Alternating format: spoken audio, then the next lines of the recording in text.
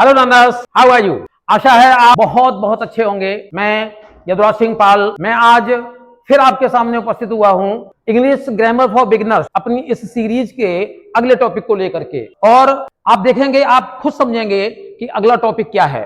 आ जाते हैं सीधे सीधे अपने टॉपिक पर। यह है इंग्लिश ग्रामर फॉर बिगिनर्स। और देखिएगा, यहाँ पर मैंने कुछ सेंटेंसेस लिखे हैं और इन सेंटेंसेस में प्रत्येक सेंटेंस में एक शब्द को मैंने अलग रंग से लिखा है, डिफरेंट कलर से लिखा है। मैं सेंटेंस पूरा पढ़ता जाऊंगा, उसकी हिंदी भी बताता जाऊंगा। आपको ध्यान ये देना है कि केवल इस शब्द पर ध्यान देना है जो अलग कलर से है, और ध्यान देना है ये कि आखिर ये यहाँ पर कर क्या रहा है, इसका वर्क क्या है, इसका रोल क्या है, यहाँ सेंटेंस इसका कार्य क्या है। बस इतने चीज पर आपको ध्यान देना है। बाद में मैं आपको समझाऊंगा। The book is on the table, किताब मेज पर है। The pen is in the pocket, pen जेब में है।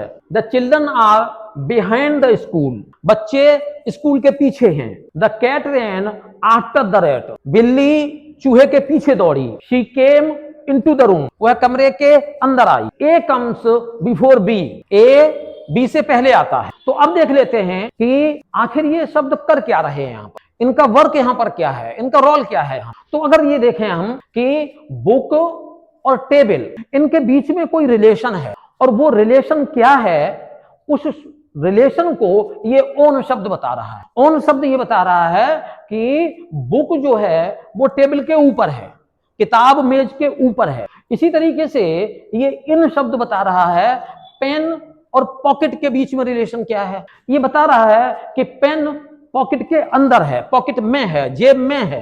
ये बिहाइंड शब्द जो है ना, ये बता रहा है कि चिल्ड्रन और स्कूल में रिलेशन क्या है। ये बता रहा है कि चिल्ड्रन स्कूल के पीछे हैं, बिहाइंड माने पीछे। ये आफ्टर बता रहा है कि कैट और रैट, इन दोनों में रिलेशन क्या है। और ये बता रहा है आफ्टर कि बिल्ली चूहे के पीछे दौड़ी, पीछे। और ये इनटू बता रहा है कि शी और रूम में क्या रिलेशन है। ये बता रहा है कि she came into the room, कमरे के अंदर आई। और ऐसे ये बिफोर बता रहा है कि ए और बी में क्या संबंध है, क्या रिलेशन है। ये बता रहा है कि ए बी से पहले आता है, के पहले। तो हम एक तरीके से ये कह सकते हैं कि ये जो डिफरेंट कलर में लिखे हुए वर्ड्स हैं, ये सारे के सारे वर्ड्स रिलेशन शोइंग वर्ड्स हैं। ये रिलेशन शो कर रहे हैं दो चीजों के बीच का, और वो दो चीजें प्राय नाउन और प्रोनाउन ऐसी हो सकती हैं। आगे इसको समझेंगे। अब देखिएगा, यहां पर आपके लिए एक टास्क दिया है। अभी हम इस पर नहीं आए कि वो वर्ड क्या है। Find out the words that show relation between the book and the bag. अब यहां पर दो ही शब्द लिए हैं, बुक और बैग, और हर सेंटेंस में एक अलग शब्द का प्रयोग करके बुक और बैग के बीच के संबंध को बदला गया है। हर आने वाला शब्द एक नया संबंध बताता है। देखें जरा, the book is on the bag, किताब झोले के बैग के ऊपर रखी है। The book is in the bag, किताब बैग के अंदर है। The book is under the bag, किताब झोले के नीचे रखी है। The book is behind the bag, किताब झोले के पीछे रखी है। The book is before the bag, किताब झोले के सामने रखी है, आगे रखी है। The book is near the bag, किताब झोले के पास है। तो आप देख रहे हैं कि ये जो कुछ वर्ड्स हैं, इसमें आपने इनको फाइंड आउट कर लिया होगा, मन में समझ लिया होगा कि वो कौन से वर्ड हैं। मैं थोड़ी सी हेल्प करके आपको बता भी देता हूं, क्योंकि बुक और बैग तो सेम है सब में, इज सब में सेम है। एक वर्ड जो रिलेशन शो कर रहा है, जो बदल रहा है, वो ये इस तरीके। तो ये सारे के सारे शब्द मैं फिर से आपको बता रहा हूं, ये रिलेशन शोइंग वर्ड। अभी इनका हम सही नाम आपको नहीं दे रहे हैं। अब यहां पर मैंने इनकी डेफिनेशन दी है, मैं इधर खड़े होकर के इनको समझा देता हूं आपको। A word used before a noun और प्रोनाउन, ऐसा शब्द जो नाउन या प्रोनाउन के पहले प्रयोग किया जाए, to show the relation between that noun और प्रोनाउन, संबंध प्रकट करने के लिए, संबंध दिखाने के लिए उस नाउन या प्रोनाउन का, जिस नाउन या प्रोनाउन के पहले उसे प्रयोग किया गया है। विद अदर वर्ड्स, दूसरे शब्दों के साथ में उसका क्या संबंध, जिस नाउन के पहले, जिस प्रोनाउन के पहले वो शब्द प्रयोग किया गया है। रिलेशन शोइंग वर्ड, ऐसे वर्ड को कहते हैं इज कॉल्ड प्रेपोजिशन। थोड़ा सा इसके प्रोनाउंसिएशन पर मैं बात करूंगा। मोस्टली अंग्रेजी के जानने वाले लोग भी इस शब्द का उच्चारण, इस शब्द का प्रोनाउंसिएशन जो है वो प्रीपोजिशन करते हैं, प्रीपोजिशन। लेकिन मैं आपको बता रहा हूं, सही बता रहा हूं बिल्कुल, कि इसका प्रोनाउंसिएशन है प्रेपोजिशन। मेरे साथ बोलने की प्रैक्टिस कर लेंगे।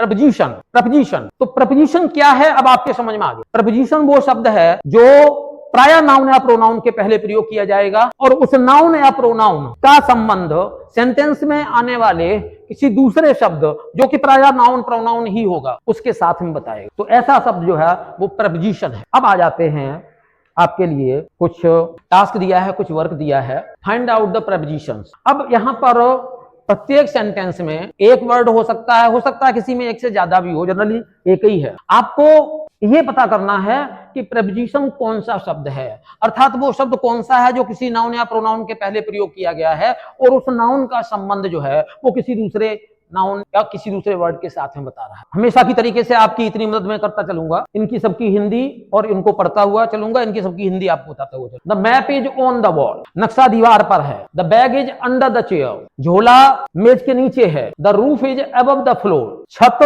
फर्श के ऊपर है। The floor is below the roof, फर्श छत के नीचे है। The cow is under the tree, गाय पेड़ के नीचे है। The boat is by the river, by का मतलब है किनारे, the boat is by the river, नौका नदी के किनारे है। The wall is round the school, दीवार स्कूल के चारों तरफ है, round the school. The house is among the tree, घर पेड़ों के बीच में है, पेड़ खड़े हैं उनके बीच में घर है। रीमा इज बिसाइड सीमा, रीमा सीमा के बगल से बैठी है या सीमा के बगल से है। Raman is with his brother, Raman अपने भाई के साथ है। तो यहाँ पर आपने आइडेंटिफाई कर लिए होंगे, पहचान लिए होंगे वो शब्द जो शब्द प्रपोजिशन हैं। अब हम इनको प्रपोजिशन बोल सकते हैं, रिलेशन शोइंग वर्ड नहीं कह करके हम सीधा प्रपोजिशन कह सकते हैं। यहाँ पर एक दूसरे तरीके का आपके लिए टास्क है, दूसरे तरीके का वर्क है आपके लिए। Fill up the blanks with suitable prepositions. हर सेंटेंस में एक ब्लैंक स्पेस छोड़ा है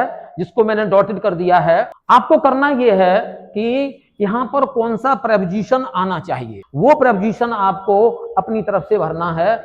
आपकी मदद के लिए मैं सेंटेंस को पढ़ता जाऊंगा और इतने में ही आप समझ जाएंगे कि यहाँ पर क्या आना। The coat is the box, option कई हो सकते हैं। जैसे यहाँ पर मैं वो जो मैंने बैग और बुक का जो रिलेशन दिखाया था उस तरीके से यहाँ पर आप 2-3 तरीके से आप इसको भर सकते। इसको मैं एग्जाम्पल के लिए आपको समझा देता हूं। The coat is in the box, coat बक्से के अंदर है, बक्से में रखा है, बक्से के अंदर है। ऐसा भी हो सकता है किसी ने ऊपर रख दिया हो तो क्या होगा, the coat is on the box. ऐसा कर दिया हो किसी ने बक्से के पीछे रख दिया हो, पीछे डाल दिया हो तो क्या होगा, the coat is behind the box. ऐसा कर दिया हो किसी ने कि बॉक्स रखा है उसके सामने रख दिया हो तो क्या होगा, the coat is before the box. तो पहले वाले में मैंने कई एग्जाम्पल आपको बता दिए। इसी तरीके से इनमें सब में ऐसा नहीं है कि केवल एक निश्चित वर्ड है, आपको ये देखना है कि उपयुक्त क्या है, और भी हो सकते हैं। The horse is the stable, stable कहते हैं अस्तबल जहां घोड़े बांधे जाते हैं, घोड़ा है अस्तबल। अब क्या आएगा आपको भरना है। द मिल्क इज द जग,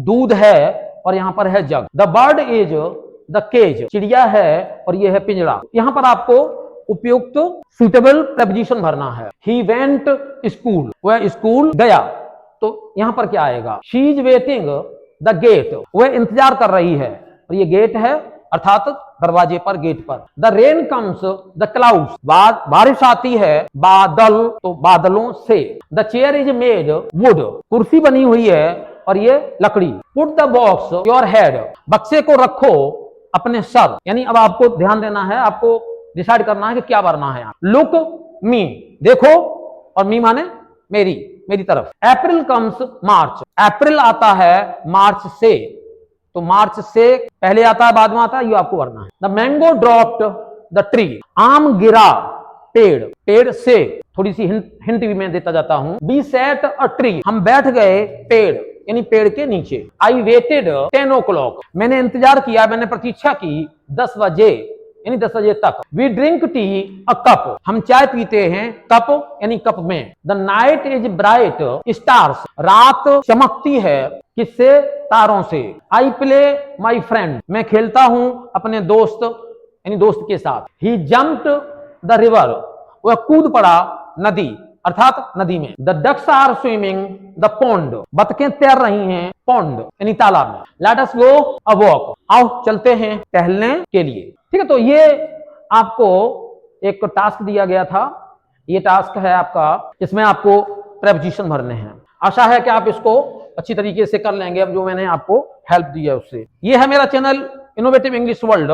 इस चैनल पर आप हर प्रकार की अंग्रेजी सीख सकते हैं। अगर आप किसी भी प्रकार की अंग्रेजी सीखना चाहते हैं, एकेडमिक अंग्रेजी सीखना चाहते हैं, कंपटीशन की अंग्रेजी सीखना चाहते हैं, किसी भी प्रकार की अंग्रेजी सीखना चाहते हैं, तो आप सब्सक्राइब करें, शेयर करें और कमेंट करें हमारे इस चैनल इनोवेटिव इंग्लिश वर्ल्ड पर। बहुत बहुत धन्यवाद।